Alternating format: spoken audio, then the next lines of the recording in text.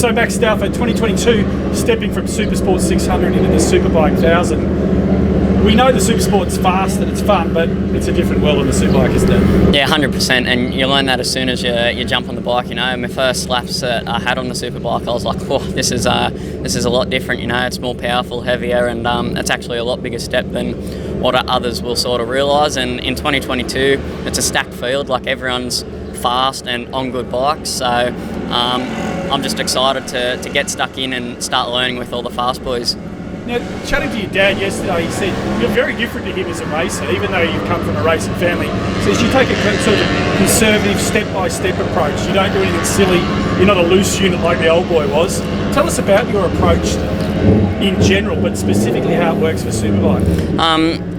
I just don't want to rush things. Like, if I rush things, I just start to panic, and that's when things start to not work. So I feel if I can just slowly learn, do my own thing, focus on myself, and just take it step by step, I think that'll be better for me in the long run. And just focus on beating the next person. I'm not worried about trying to beat Wayne Maxwell or Troy Herfoss, you know, in the first round. I'm just worried about trying to beat the next person that's in front of me, sort of thing, you know. So.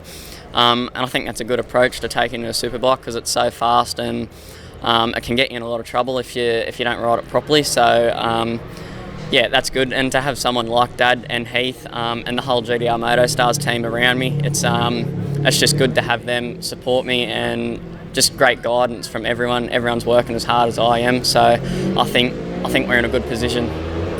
Now, the weather here is always a boring topic of conversation, but this afternoon looks like we can get some rain. Will you be tempted to go and have a run just to get a feel of what the Superbike's like on the wet tyre? It's hard to say. I never even really rode the 600 in the rain, you know, so I might do a few laps, you know, just to get a feel, not do anything silly, just have a ride and sort of see what the bike's going to do. You know, I don't mind the wet. I'm normally quite fast in the wet, so I might go out and do a few laps. Just depends on a few scenarios and what's happening.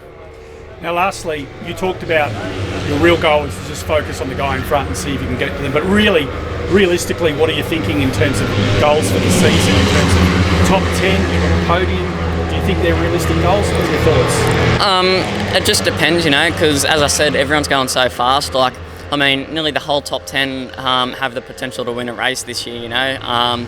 So I think just simple goals, like first up, top 10. Once I achieve top 10, straight to top 5. Get a top 5, it's just a podium, you know. So just always big goals that, you know, are like, well, I can sort of achieve, you know. So just slowly taking it step by step.